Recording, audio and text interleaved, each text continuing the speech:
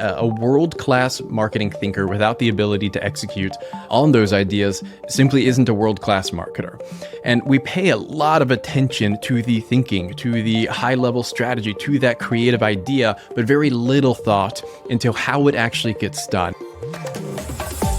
This is Creative Operations, a podcast for B2B marketers who want to redesign how their own teams get creative work done. In each episode, Jacob Brain discusses the strategies, processes, and tools required to create amazing work that also has a business impact. Using a blend of personal stories and interviews with guests, Jacob uncovers how you can get the most out of your creative operations. Let's get started.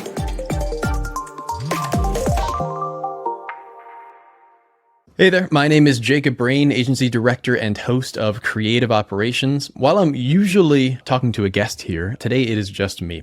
I actually want to take a step back, and I want to talk about really the whole purpose behind this podcast, why I'm so passionate about the operational side of marketing. But even more important than that, I want to talk about why marketing operations or creative operations is the biggest hindrance to not only the performance of marketing campaigns individually, but for the marketers themselves. I've been in the agency space for about a decade. I've worked at several agencies. I've owned, built, and sold an agency. I've consulted with dozens of agencies over the years. And throughout that time, I've seen a lot of different types of marketers, right? I've seen like the agency owner that is an amazing salesman, but maybe not the best marketer, and they end up churning and burning through clients. I've seen some amazing marketing thinkers that can't seem to get consistent results for their clients, which is something I want to talk about today and why that happens. I've seen some, mediocre, okay marketing thinkers that somehow manage to get really, really good results for clients, and how they're able to do that is a really important topic we'll discuss. And then every once in a while, though, I see an amazing marketer who both has the thinking and the execution, which enables them to get some amazing, consistent results for their clients. And they manage to turn those great ideas into great campaigns.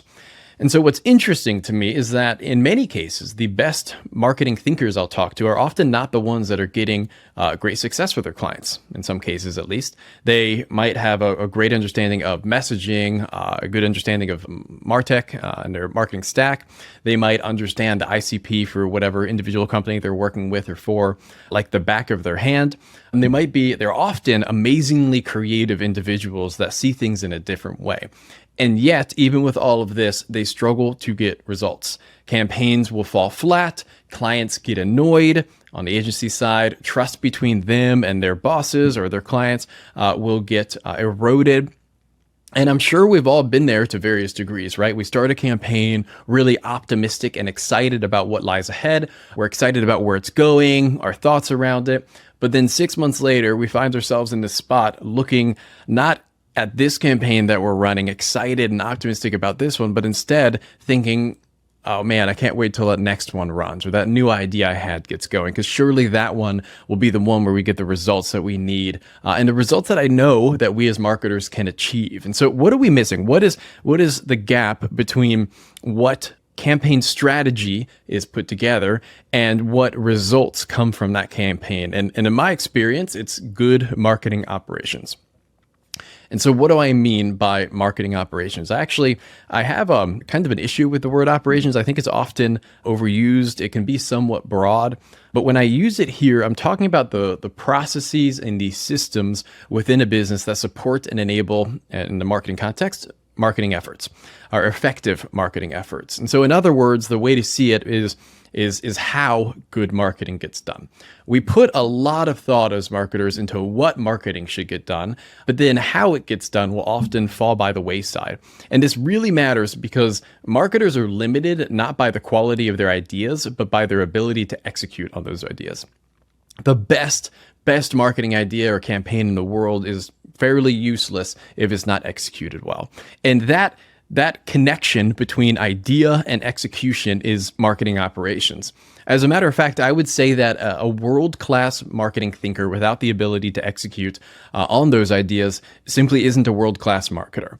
And we pay a lot of attention to the thinking, to the high-level strategy, to that creative idea, but very little thought into how it actually gets done. And there's actually sometimes this like intentional separation, right? Like, oh, I'm an ideas guy. I talk high level.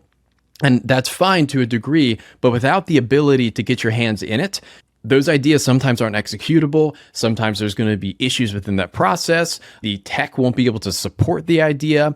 And big problems like that actually, in my mind, will circle back and say that the strategy wasn't good in the first place. And so there's this interconnection between all of this that's critically important. And that's why I love talking about this and why I think it's so important and why this podcast exists. And so even to go a level deeper into this, though, what do marketing operations look like practically? Like, what are the pieces that it's made up of? And I think there are a couple parts. So these are in no particular order. I think if I were to list 5 of them, it'd probably be planning, process management, data and technology, budget allocation, and then people. Again, in no particular order there. And so focusing on the planning side of things, what I mean by this is the specification and documentation. So what are the goals and KPIs of the campaign? What is the strategy to get there? How does it all come together? Who is the campaign reaching? And working on a marketing campaign or a piece of a marketing campaign without knowledge as an executions person around the overall goal is bound to, at the best, get missed opportunities and at worst, crush what could be really good results in a campaign. People will often rush through the documentation or the specification stage, which sets really everything that follows up for failure.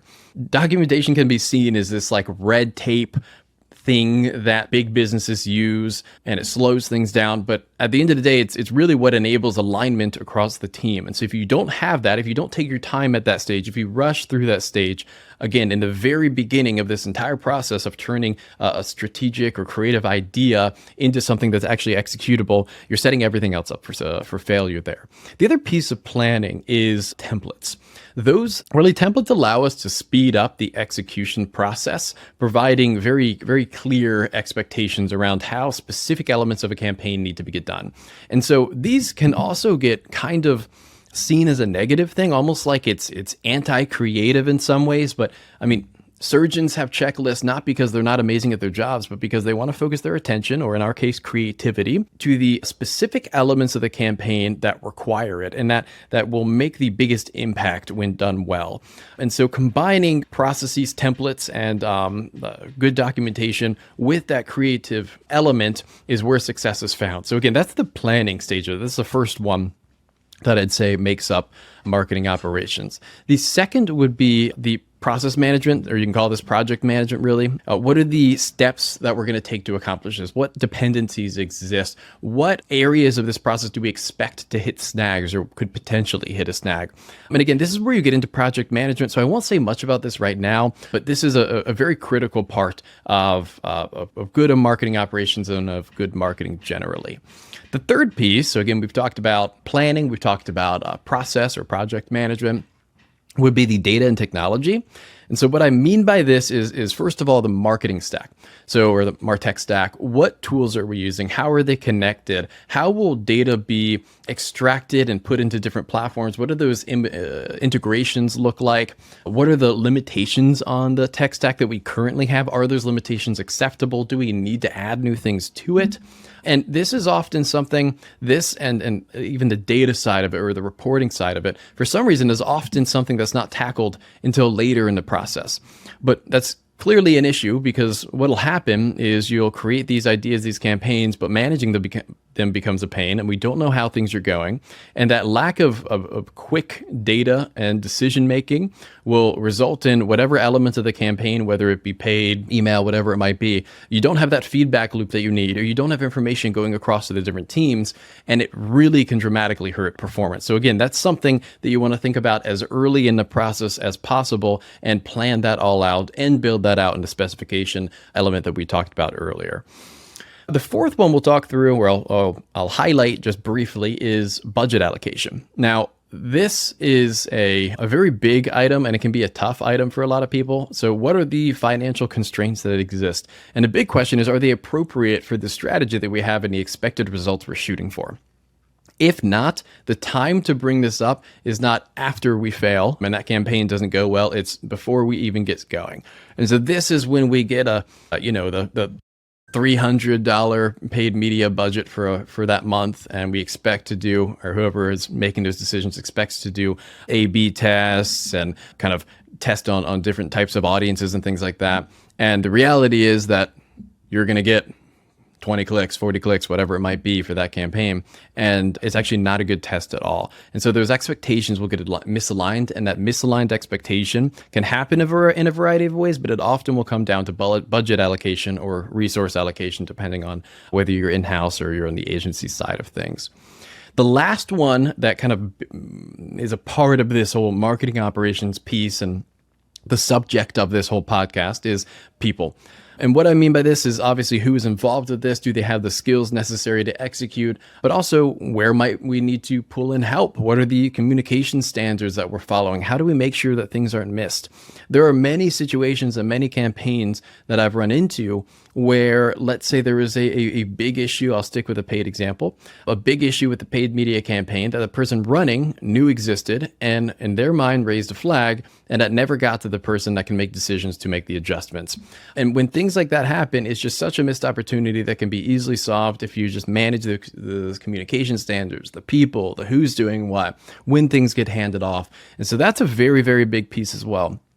So again, we talked about the planning, we talked about process management, we talked about data and tech, budget allocation, and then the people. Any one of these is, in my experience, often the culprit of why a campaign doesn't work. It's not the initial idea necessarily. It's not that we just totally missed the ICP. It's not that the person putting the campaign together was not a good marketer. It's that the fabric connecting all of these different things together was just not connected the way it needs to be. And so it's things like that we actually don't pay nearly enough attention to from a marketing standpoint. And if you can get these 5 things locked down, you'll become a much better marketer. And these are not like traditional marketing subjects to discuss, but they deeply matter to a campaign's success. And learning how to do this is exactly why I created this podcast. So I want to talk about how good marketing gets done to help marketers reach their potential and help companies grow. So there's a lot more we can unpack here, and that's why this is a podcast and not a blog. But I hope you'll join me as I talk more about these subjects, and I bring on some really sharp guests that can share their experiences around the how of getting great marketing done. So thank you for listening to my monologue. I hope it was helpful, and I hope to see you next time on Creative Operations. Thanks. Thanks for listening to this episode of Creative Operations, the podcast for B2B marketers who want to create amazing work that also has a business impact. If you enjoyed this episode, make sure to follow Creative Operations wherever you listen to your favorite podcasts, or access all episodes at marketersindemand.com/creativeoperations. See you next time.